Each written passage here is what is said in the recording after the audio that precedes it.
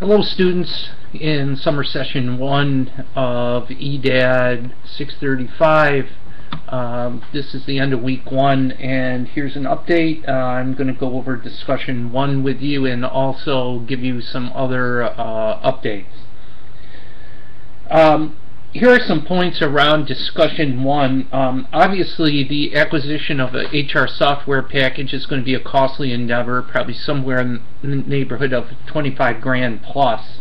That's probably for a full package and support and installation, but it could go much higher than that. So the first thing that I wanted to discuss with you is the idea that you need to be planning for this. That's part of being a good educational leader at any aspect of educational leadership is finding out what the needs of your organization are and planning for them, which entails budgeting, because budgeting is exactly that. It is a planning procedure and process, and if you want to keep budgetary discipline, it's very important that you be able to plan ahead, and the budget generally is for the following year that you're planning. So my point being that you need to be taking into account this need and make sure it's put in the budget the year likely before you're going to make this acquisition. What are the needs of the organization in terms of this HR software, and how do you determine that? One of the ways that I think that some of you discussed were surveys, focus groups, and some of the things along those lines, which obviously are good tools. Don't discount the idea that you can also just a lot of times by asking a lot of different people through the management by walking around process, you probably can learn what some of the needs are and what some of the shortcomings of your present system are. Make sure that your present system is being utilized to the best of its abilities and that people know its capability, because maybe you're jumping to the conclusion that you need a new system and perhaps you really don't. But anyways, to determine the needs of the system, probably the best tool is to get a cross-section of your organization's users. So that would mean everybody from the HR director on through building level clerical folks who would be using this system, and get them together and discuss what it is that you need the system to do, making sure that each of the groups listens carefully to the needs of the others, because each level of the organization is going to have a little bit different needs for this. One of the things that's important when you're doing this type of project is to make sure that people know the rules of the game from the beginning. By that, it means how will the ultimate selection be made, what will be the criteria, and who will ultimately make that decision. Will it be group consensus? Will the HR director seek input and make a recommendation to the superintendent? As long as people know what the rules of the game are, most likely they'll be okay with it. But oftentimes in this group kind of dynamic, if you don't lay that out from the beginning, people have a tendency to get discouraged when they feel like, well, I put all this work in and then they just did something else anyway. So make sure that people understand what's going to happen with their work. Couple of things to think about in that process.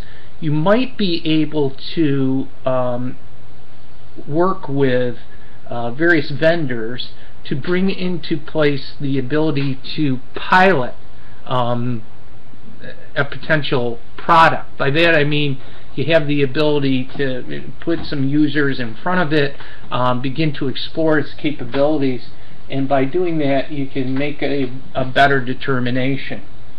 A couple things to consider is the migration of records from old systems to new systems. How will you be able to do that? This also is a good time for you sometimes to also root out some of your old files.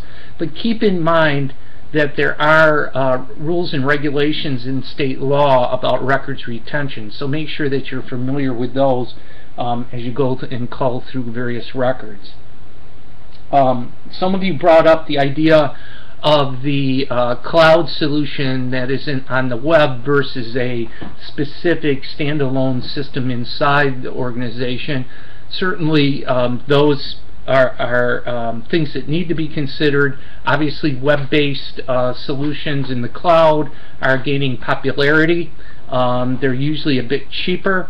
The maintenance and backup of those systems obviously now becomes part of that web-based solution. However, you keep in mind your records are traveling through the internet. There's obviously the hacking, security issues, and so on that have to be dealt with. You know, the standalone systems obviously are available. Keep in mind that you're going to have to back them up. You're going to have to maintain them.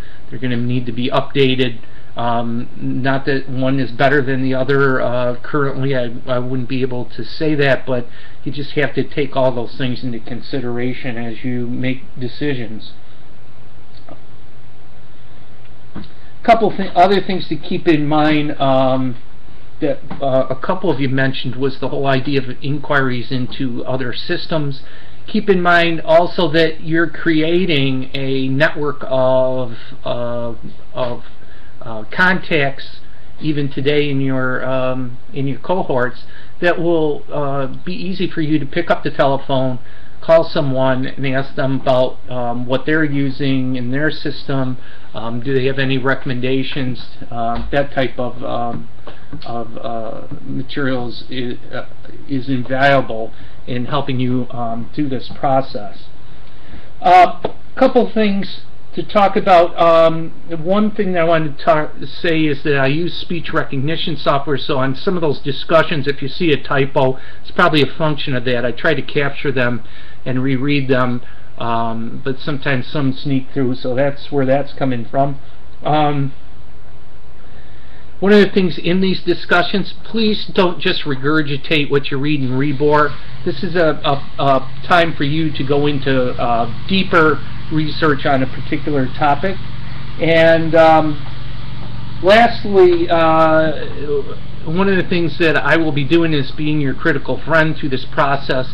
If I raise some questions, if I'm critical of something, please take that in the spirit in which it is meant to improve your performance as an educational leader. Lastly, there's not a whole lot of written work due early this week. Next week, keep in mind your research paper is due. The course was structured so that you will have some time this week to work on that. So if you haven't started that, I'd encourage you this weekend to get cracking on that. With that, end of week one. If you have any questions, concerns, make sure you're contacting me. Have a great weekend, and we'll talk next week.